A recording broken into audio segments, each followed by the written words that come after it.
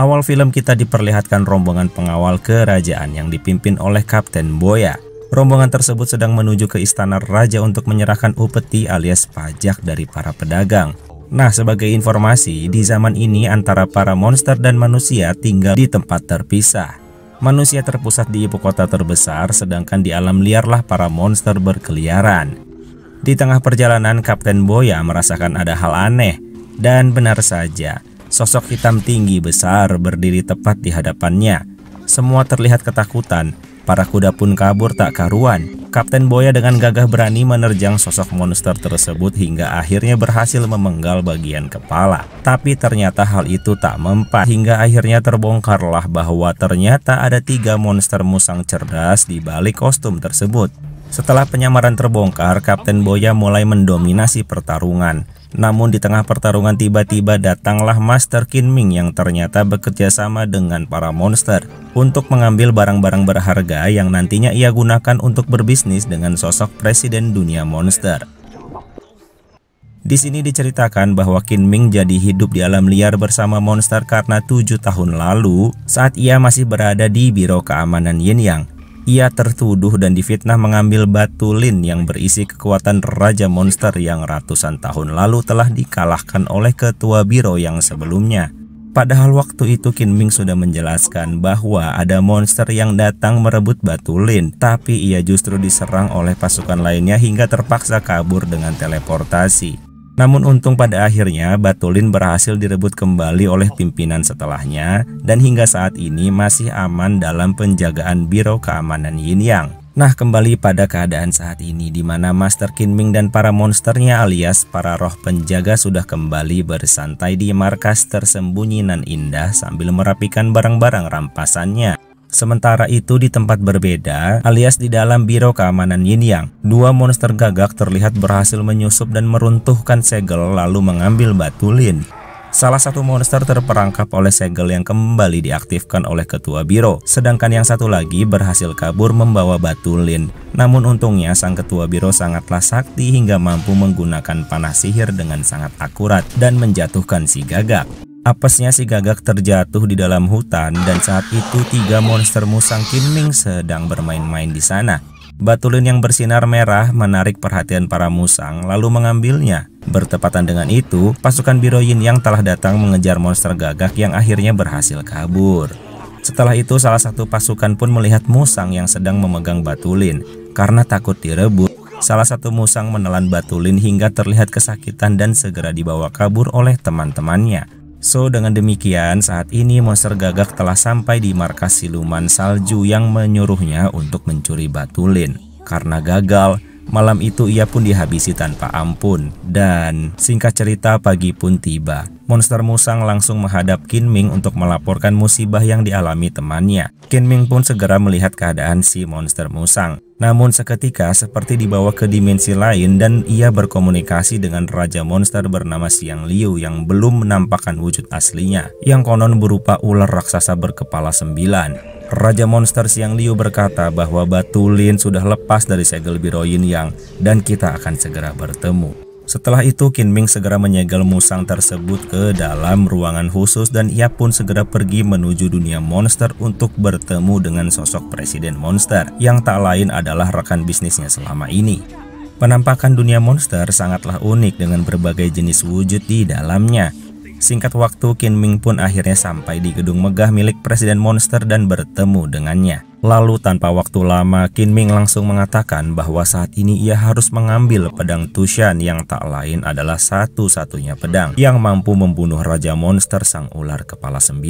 Di mana saat ini pedang Tushan memang berada dalam pengamanan si presiden monster. Setelah bernegosiasi alot, akhirnya Kinming pun diajak ke ruangan khusus. Saat berjalan, Kinming tanpa sengaja melihat Boya yang sedang bertarung di arena. Rupanya, Kapten Boya tersesat di dunia monster dan dijadikan bahan hiburan. Boya awalnya mendominasi pertarungan dengan iblis merah yang imut. Tapi justru disitulah kengerian dimulai. Kemampuan unik iblis merah adalah ketika terus dipukuli maka dirinya akan semakin besar dan kuat. Hingga akhirnya sekarang Kapten Boya lah yang terpojok dalam bahaya. Sementara itu di ruangan khusus, Kinming berhasil membuka segel pedang Tushan dan mengambilnya. Tapi ternyata masalah belum selesai. Ternyata pasukan Biro Yin yang telah menunggu di sana dan mengepung Kinming karena mengira monster gagak adalah suruhannya. Jelas ada kesalahpahaman di sini hingga pertarungan pun dimulai. Kinming berhasil lolos dengan mudah, namun ternyata ketua biro pun ikut turun tangan menghadapi Kinming. Saat itu Kinming mencoba menjelaskan, tapi tentu ketua tak percaya begitu saja. Hingga akhirnya Kinming mengeluarkan jurus pengalihan yang memberi ilusi membingungkan pada sang ketua. Di situ sempat terjadi obrolan singkat, namun tak juga menemukan solusi hingga akhirnya ketua biro mengeluarkan jurusnya dan menghilangkan ilusi Kinming. Sementara itu di arena pertarungan, Boya telah menemukan kelemahan iblis merah yang terletak pada hidungnya. Dengan demikian Boya pun berhasil membalikkan keadaan dan memenangkan pertarungan. Seluruh monster yang menonton bersorak menyuruh Boya membunuh iblis merah. Namun ia tak tega hingga melepaskannya begitu saja lalu kabur sambil membawa seorang gadis yang juga sedang ditawan oleh monster. Namun mereka kembali terkepung dan kebaikan Boya langsung terbalaskan. Iblis merah pun akhirnya membantu mereka. Bersama dengan itu Kinming dan ketua biro sedang kejar-kejaran dan kembali bertarung tepat di atas arena. Ketika saling adu kuat, kotak segel pun rusak hingga membuat pedang Tushan terjatuh tepat di depan Boya yang sedang berlari. Tanpa pikir panjang ia pun mengambilnya dan seketika para monster ketakutan melihat pedang pembasmi sang raja monster yang terkenal. Kesempatan itu pun tak disia-siakan dan dimanfaatkan Boya untuk kabur, tapi pasukan monster yang tak habis-habis berhasil kembali mengepung. Untungnya saat itu bertepatan dengan Kinming yang turun dari atas gedung. Kinming segera meminta pedang Tushan, namun di situ Kapten Boya sempat-sempatnya menolak dan kesal dengan Kinming, lalu memintanya ikut ke ibu kota untuk bersaksi bahwa dirinya tak bersalah karena upeti benar-benar dirampas oleh para monster. Kinming pun setuju dan berjanji padanya. Namun pasukan Biro Yin yang kembali datang dan melancarkan serangan pisau beruntun. Saat itu Kinming terdesak, namun tanpa diduga ketua biro ikut datang melindunginya. Namun sayangnya sang ketua sempat terkena sebuah pisau di bahunya dan pingsan seketika. Tanpa pikir panjang, Kinming segera melakukan jurus teleportasi tingkat tinggi hingga yang lainnya pun terpaksa mengikutinya. So dengan demikian terlihat saat ini Master Kinming sedang mengobati luka sang ketua biro yang bernama Baini. Di situ Kinming pun menjelaskan kalau ia akan ikut membantu Baini untuk menemukan kebenaran dari apa yang sedang terjadi, karena Kinming pun masih menyelidikinya dan belum menemukan dalangnya.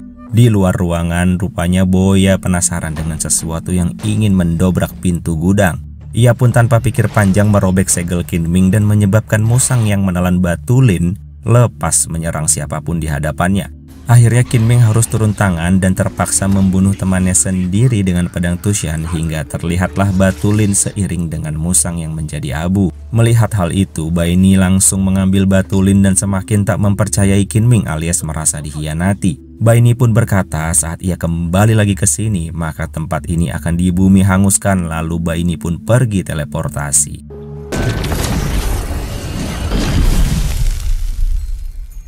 Dan tanpa waktu lama ia pun kembali bertemu dengan para pasukan Biro Yin Yang.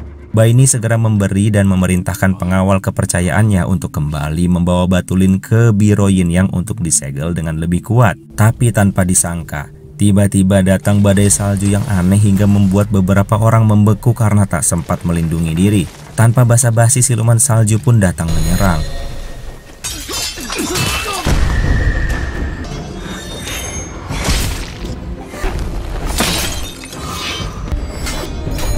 Dan saat Baini hampir terbunuh, Kinming datang dengan membawa pedang Tushan yang seketika membuat siluman salju mundur. Di situ siluman salju berkata bahwa masternya menginginkan batu lin secepatnya. Dan saat itu juga sang siluman salju meminta Kinming ikut dengannya jika ingin bertemu sang master. So sekarang Baini seorang diri mengamankan batu lin, sedangkan Kinming masih bertarung dengan siluman salju di tempat berbeda. Yang ternyata itu hanyalah jebakan, karena masternya saat ini justru sedang menghampiri Baini yang tanpa waktu lama dapat melumpuhkan dan merebut batu lin dengan mudah. Setelah bertarung dengan sengit, akhirnya Kinming berhasil menghabisi gadis siluman.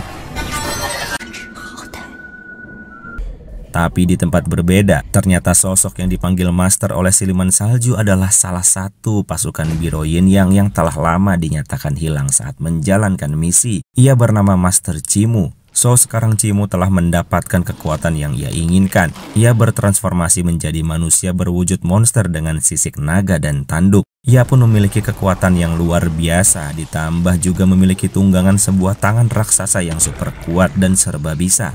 So, tanpa waktu lama, Kinming telah berhasil menyusul ke hadapan Raja Monster Cimu dan tanpa basa-basi melancarkan serangan. Di tengah pertarungan sengit, Kinming mengeluarkan jurus tipuan hingga akhirnya berhasil menusuk Cimu dengan pedang Tushan. Awalnya dikira berhasil, tapi ternyata kekuatan Raja Monster yang telah bergabung dengan manusia tak dapat lagi dinetralisir oleh pedang Tushan, yang justru sekarang hancur menjadi abu. Kinming pun terpental dan tangan raksasa menunjukkan eksistensinya. Sementara itu di sebuah jembatan raksasa, terjadi pertempuran antara monster jahat yang sekarang menjadi pengikut Cimu dengan monster baik yang berada di bawah naungan Kinming.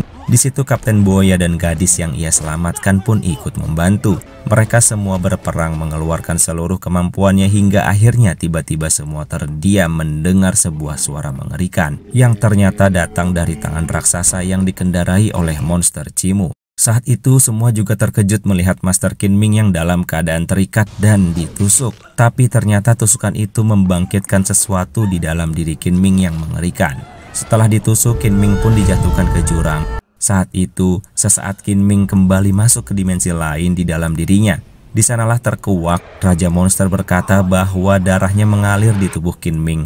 Dan dengan kata lain, Kinming adalah keturunannya Xiang Liu, sang Raja Monster. Lalu sang Raja Monster berkata bahwa dirinya sebenarnya tak sudi jika yang menggunakan kekuatannya adalah Cimu alias manusia biasa. Di situ sang monster juga menjelaskan jika Kinming ingin menyelamatkan dunia dari amukan Cimu, maka Kinming harus menyatukan diri dengannya secara batin dan mengakui sang monster sebagai masternya. Hal itu masih dimungkinkan walaupun tanpa Batulin karena Kinming memang memiliki darah keturunan Raja Monster. Tapi Kinming tentu tak terkecoh. Ia tak mau sang Raja Monster menjadi masternya.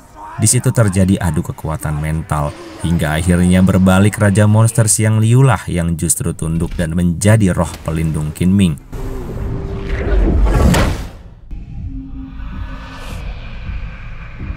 So, dengan demikian Kinming pun segera datang kembali ke medan pertempuran dengan kekuatan super yang luar biasa melebihi Cimu.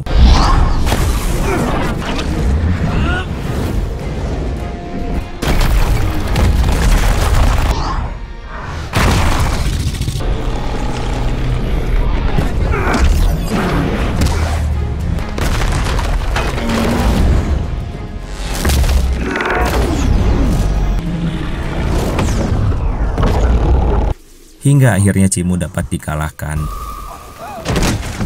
Dan tak lama kemudian, Baini datang mengajaknya untuk kembali bersama ke Biro Yin yang mengembalikan Batulin dan mengembalikan reputasinya. Tapi reaksi Kinming tak terduga. Ia justru menghancurkan Batulin yang selama ini menjadi sumber malapetaka dan pergi bersama seluruh monster dengan tujuan agar dunia manusia menjadi aman, tak terganggu siluman atau monster manapun yang sekarang tunduk di bawah perintah Kinming yang sudah berhasil menundukkan Raja Monster Xiang Liu menjadi roh pelindungnya. Lalu film pun berakhir. So, gimana menurut kalian? Terima kasih sudah menonton dan semoga bisa dinikmati ya. Bye.